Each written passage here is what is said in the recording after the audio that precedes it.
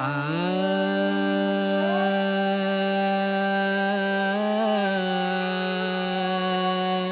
আ রে রে রে না রে। জয় বাবা বদ্রী বিশাল। মন্দিরের দুপাশে প্রহরীর মতো দাঁড়িয়ে নর নারায়ণ দুই পর্বত, তারই মাঝে বদ্রী বিশাল। ৮ শতকে আদি শঙ্করাচার্য বদ্রী আসেন। কোনো ভাঙা প্রাচীন দেবমূর্তি নারদকুণ্ড থেকে উদ্ধার করে তপ্তকুণ্ডের কাছে প্রতিষ্ঠা করেন আচার্যদেব। স্কন্দ পুরাণে মেলে মুনি ঋষিদের বাস ছিল অতীতকালে, নামও তাই বিশাল।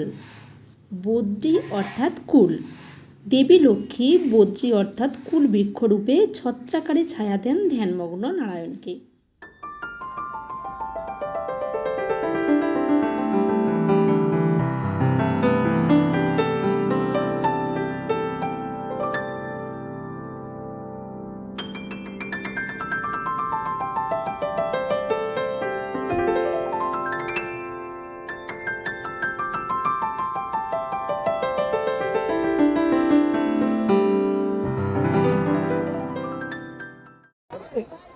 হাই বন্ধুরা, আজকে আমাদের সত্যি খুব ভালো লাগছে, কেননা আমরা যে 4 ধাম যাত্রা শুরু করেছিলাম সেই 4 ধামের শেষ এবং চতুর্থতম ধাম এই বদ্রীনাথ ধাম গতকাল রাত্রেই দর্শন হয়ে গেছে। আজকে আমরা আবার এসেছি একবার। খুব ভালো লাগছে, কেননা আমরা যে উদ্দেশ্য নিয়ে এসেছিলাম সেই উদ্দেশ্য মনস্কামনা পূর্ণ হয়ে গেছে আমাদের। এবারে আমরা এখান থেকে মানাগ্রাম যাব। আর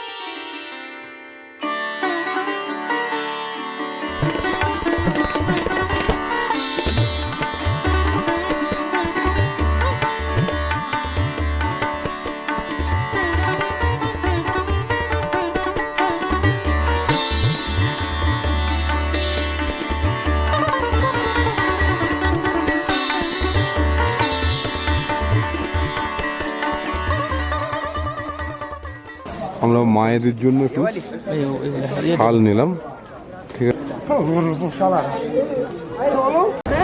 এইদিকে রয়েছে বদ্রীনাথ ধাম, মানে বদ্রীনাথ দেবের মন্দির। আর আমাদের হোটেলটা ছিল এইটা, ছিল মানে কি আছি এখন হোটেলে। এখন সময় বাজে 9:30।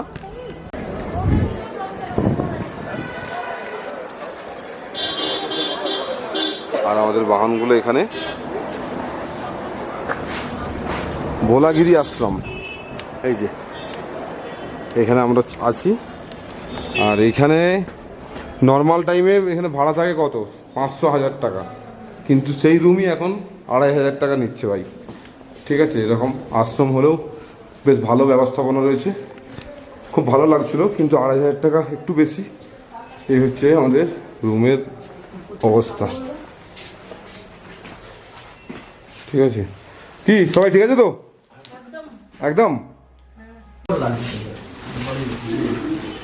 আজকে আমাদের সত্যি একটা ভালো দিন। জয় বদ্রী বিশাল। আমরা খুব সুন্দরভাবে 4টে ধাম কমপ্লিট করলাম এখানে।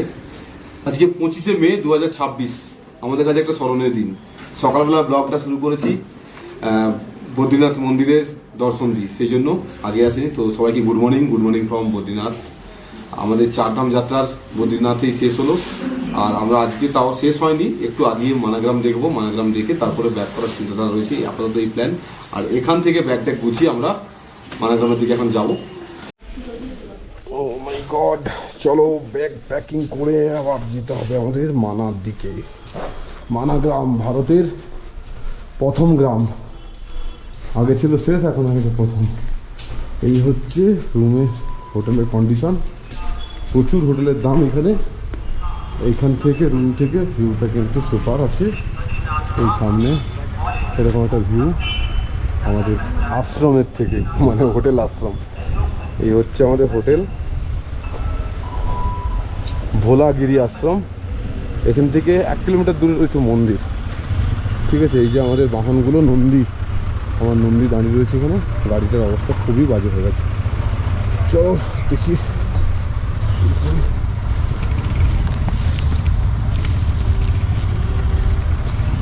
হয়ে যাচ্ছে গাড়ি। সৈকত রেডি হয়ে গেছে, আমি রেডি। কটা বাজে এখন টাইম? 10:10। টাইম দেখি 10:13। বাহ, চলো বেরোনো যাক এবারে। মানে আমাদের কাছে যেটা উদ্দেশ্য ছিল সেটা সম্পূর্ণ হয়ে গেছে কালকেই। আজকে সকাল সকাল মন্দিরের দর্শন করে এবার আমরা মানা ভিলেজের দিকে যাচ্ছি। আর সবচেয়ে খুশি লাগছে যে আমাদের 4 ধাম হয়ে গেছে। কি হ্যাঁ, ম্যাডামের একটু শরীর খারাপ, তো প্যারাসিটামল খেয়েছে, ঠিক হয়ে যাবে। চলো বেরোনো যাক এবারে। ভালো সময়ে আমরা বেরোচ্ছি। হর হর মহাদেব, জয় বিশাল বদ্রী। এই হচ্ছে বদ্রীনাথ মার্কেট, বিশাল বড় শহর, এটা কোনো চিন্তা করতে হবে না। আর এখান থেকে ডান দিকে রাস্তা চলে যাচ্ছে। প্রচুর শ্রদ্ধালুর ভিড় এখানে, প্রচুর, কল্পনা করা যাবে না। মানা বাস স্ট্যান্ড, क्या ভিউ, একদম ওয়েলকাম করছে আমাদের।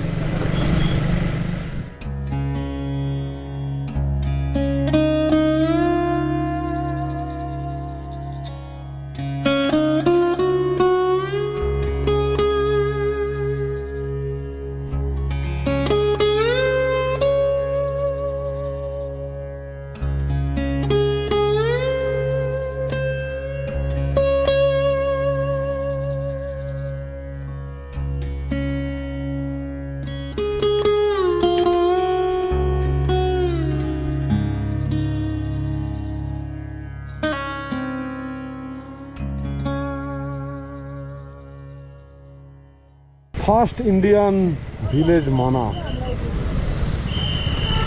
বাহ, বাইকরাকে ছেড়ে দিচ্ছে আগে। আমরা চলে এসেছি মানা গ্রামে, যে ভান্ডার এই দিকে রাস্তা চলে গেছে। এখান থেকে ভিউটা খানিকটা এরকম, খুব সুন্দর একটা জায়গা, খুব সুন্দর লাগছে।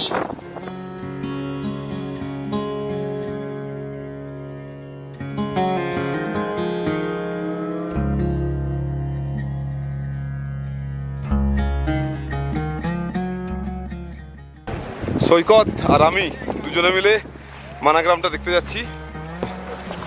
বদ্রীনাথ এলে মানাগ্রামটা না দেখলে কেমন কেমন করে, তো অবশ্যই যাওয়া উচিত, সেই জন্য যাওয়া হচ্ছে। চলো দেখি।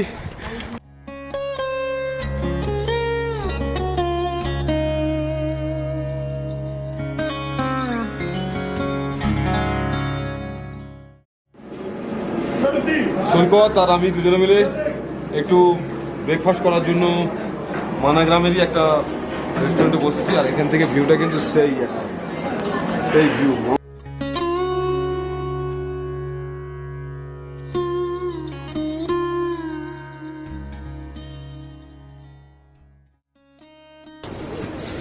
এই দিদি কাছ থেকে কিছু জিনিস কিনলাম, ঠিক আছে। এখানে চায়ের পাতা আছে, গ্রিন টি টাইপের এইসব। আর সঙ্গে আরেকটা জিনিস নিয়েছি যেটা চমক আছে ভাই, এটা হচ্ছে যে সঞ্জয় দা উত্তরাখণ্ডের লোকের মতো গড়ওয়ালি। চলো ভাই চলো, মস্ত লগ রা হ্যায়, মস্ত। চলো মানা ভিলেজ দেখতে हम लोग আগে, মানা ভিলেজ দেখতে के लिए। কিন্তু 120 টাকার যে ধোসা গেলাম না, বেকার একটা ধোসা, পেট ভরলো না ভাই, শুধু টাকাটাই বেরোলো।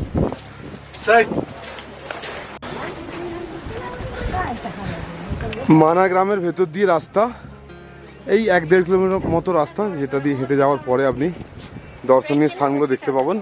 এবং কি যাওয়ার পাশে রয়েছে প্রচুর পরিমাণে দোকান। এখানে হ্যান্ডিক্রাফট, মানে লোকাল মানুষের তৈরি করা কিছু জিনিসপত্র রয়েছে, পাহাড় থেকে পাওয়া বিভিন্ন জড়িবুটি এসব রয়েছে।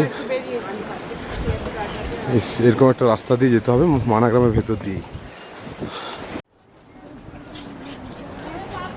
ভালোই ভিড় রয়েছে, ভালোই। মানা গ্রামে এত ভিড়, মানে বুঝতে পেরেছেন কি অবস্থা।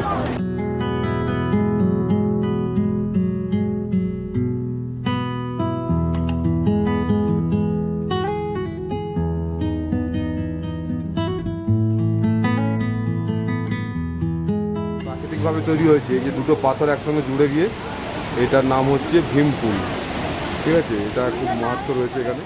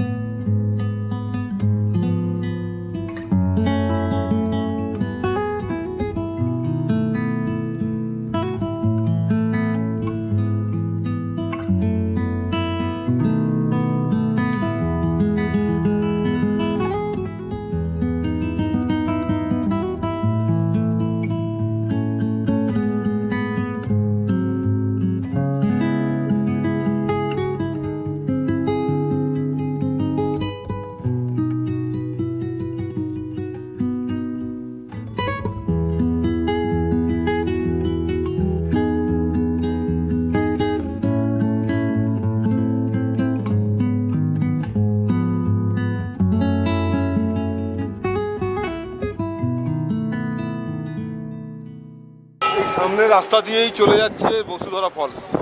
এখান থেকে প্রায় 5 কিলোমিটারের বেশি হবে, ঘন্টা তিনেকের মতো হেঁটে যেতে হবে মানাগ্রাম থেকে। আর আমরা যাচ্ছি না বসুধরা ফলস, আমরা এইখানে সরস্বতী মন্দির এবং পঞ্চপাণ্ডবের দর্শন আর ভীম পুল দেখে আরেকটা জিনিস দেখবো, গণেশ গুফা দেখে বেরিয়ে যাচ্ছি এখান থেকে। চলো।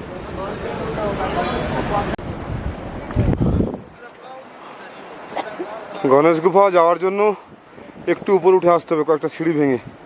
এই সৈকত আসছে নিচ থেকে উঠে, এরকম হচ্ছে ব্যাপার।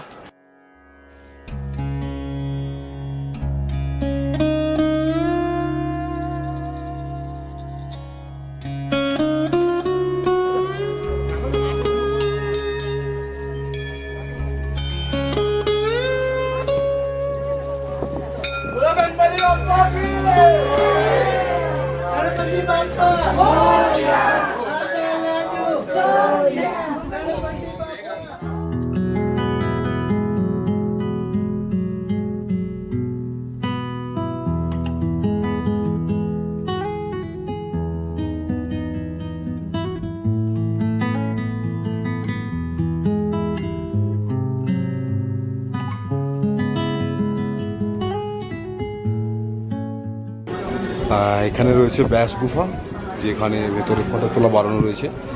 ভেতরে গেলাম আমরা, গিয়ে একটু ধ্যান করলাম, বেশ ভালো লাগলো জায়গাটা। অবশ্যই আসা উচিত, মানাগ্রাম এলে ব্যাস গুফা আসবেন। কিন্তু কথিত আছে ঋষি ব্যাসদেব এখানে মহাভারত লিখেছিলেন মানে উনি বলেছিলেন, এবং গণেশজি সেটা লিপিবদ্ধ করছিলেন, এরকম একটা ব্যাপার কথিত রয়েছে আর কি। आशीर्वाद दीजिएगा, हम लोग कोलकाता से बाइक लेकर आया हूँ, तो सही सलामत घर पहुँचो। ঠিক আছে, আশীর্বাদ দিই। আমরা তো ফাইনালি মানাগ্রাম দেখে নিচে নেমে গেলাম। খুব সুন্দর লাগলো, গণেশ গুফা, ব্যাস গুফা এবং ভীম সেতু, সরস্বতী দেবীর মন্দির, পঞ্চপাণ্ডবের মূর্তি সব কিছু দেখে এবার আমরা ব্যাক করবো। কিন্তু একটা প্রবলেম হয়ে গেছে, সেটা হচ্ছে যে এখানে জোর মেঘ দেখা দিয়েছে, ওয়েদার খারাপ। এই যে আলু পরোটা খাচ্ছে এই মুহূর্তে, এই মানাগ্রামের জাস্ট শুরুতেই, এখানে মানাগ্রামেই। ও অ্যাকচুয়ালি মানাগ্রাম দেখতে যায়নি, বসেছিল, ওর শরীরটা একটু খারাপ। এখন কেমন আছো? মোটামুটি ঠিক আছে। আর এই দিকে মানাগ্রাম চলে গেছে, আমরা আর বেশি সময় নষ্ট করব না, এখান থেকে বেরিয়ে যাবো তাড়াতাড়ি করে। নেমে এসে দেখলাম পুরো ওয়েদার খারাপ। এই দেখুন ওয়েদার পুরো একদম জসিমঠের দিকে যেন বৃষ্টি হচ্ছে, তো রেনকোট পরে অবশ্যই যাওয়াটা উচিত হবে আমার মনে হয়। এরকম অবস্থা ওয়েদারের। আর আমাদের বাইকগুলো এখানে পার্ক করে দিয়ে গেছিলাম, ঠিকঠাকই আছে। এখন রেনকোট বের করবো ব্যাগ থেকে, রেনকোট পরে তারপরে গাড়ি স্টার্ট করে জসিমঠের দিকে এগিয়ে যাব। চলো রেনকোটটা পরি।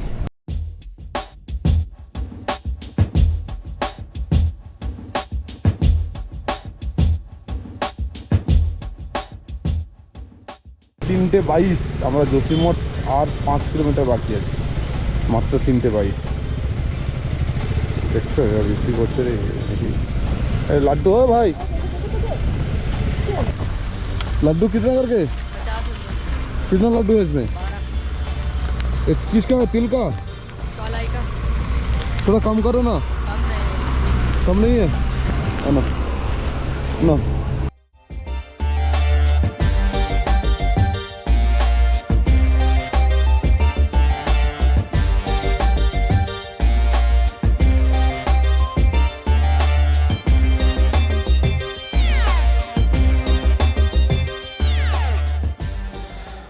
হাই বন্ধুরা, আপনারা ভিডিওটা দেখেছেন লাস্ট মানাগ্রাম থেকে আমরা প্রায় 1:30 নাগাদ শুরু করি বাড়ির পথে ব্যাক। কেন বাড়ির পথে ব্যাক? আমরা চারধাম যাত্রার জন্য আমরা বেরিয়ে এসেছিলাম। আমাদের চারধাম যাত্রার সঙ্গে কেদারের 3টে কেদার আমরা করে ফেলেছি। সব কিছু মিলিয়ে আমাদের চারধাম যাত্রা খুব সুন্দর হয়েছে, এবং বদ্রীনাথের দর্শন, মানাগ্রাম, এসব সব কিছু ভিডিওতে আপনারা আস্তে আস্তে করে সব দেখেছেন নিশ্চয়ই। আজকের যেটা ব্যাপার হচ্ছে যে আমরা মানাগ্রাম থেকে বেরিয়ে আর ভিডিও বানাইনি, কেননা সেম রুটে আমরা ফিরছিলাম। সব ঠিকঠাকই আছে বন্ধুরা, আমরা এবারে বাড়ির পথে ব্যাক। আজকের মতো ভিডিও এখানে এন্ড করছি। যদি ভালো লেগে থাকে একটা লাইক দেবেন। আর একটাই কথা বলবো শেষে, ওম নমঃ শিবায়।